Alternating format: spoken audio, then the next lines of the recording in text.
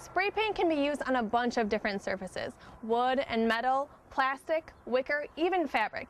If you've got something that needs a new look, there's sure to be a spray paint out there that can get the job done. Plus, it's an inexpensive and easy way to get things spruced up around your home in no time.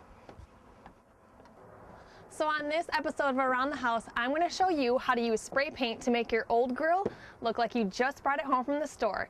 And I'm even going to give you some other ideas on how to use spray paint to shake up the way things look around your house.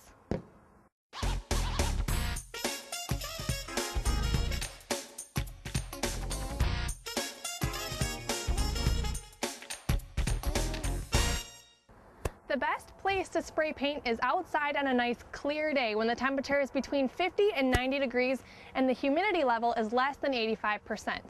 But if you can't do your project outside, do it in a well-ventilated area like a garage.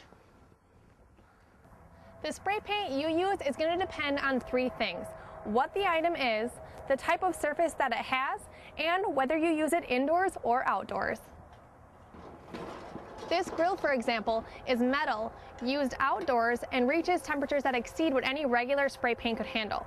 So for this, we're going to use a spray paint that's made especially for items that reach high temperatures, like this high heat spray paint by Rust-Oleum.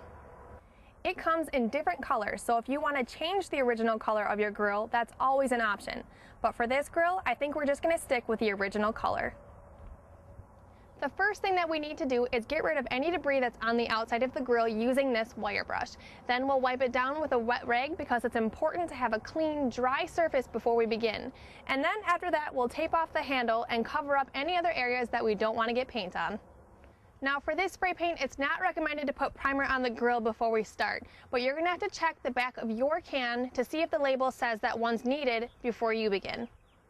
So for the first step, we're going to want to shake the can for about a minute or so after you hear the ball rattling inside. This is going to mix up the pigments inside of the can that may have settled while it was on the store shelf.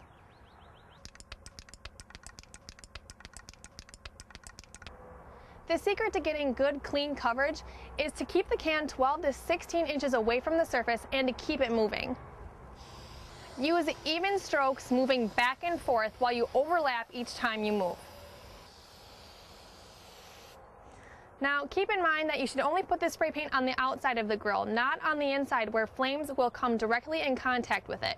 And when you're finished, if there's any paint left in the can, flip it upside down and hold the spray nozzle for 5 seconds. This is going to clear the nozzle so that it doesn't get clogged and you can use it again later. Before heating up your grill, allow the paint to dry for at least 1 hour.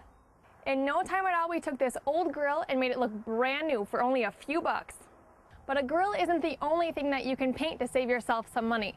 You can take an old toolbox and give it a rustic look with hammered spray paint, or give a ceramic planter a unique look with textured spray paint. There are also spray paints you can use on wicker, plastic, and metal. You can even make your car's floor mats look brand new with this spray paint for fabric and vinyl. Picture frames can go from being wood to looking like metal. And have some fun by taking an old end table and turning it into a chalkboard center for your kids. The possibilities are endless, and with the amount of money you'll save by just buying a can of spray paint from your local Menards, you can't go wrong. Well, that's it for today. We'll see you again next time on another episode of Around the House.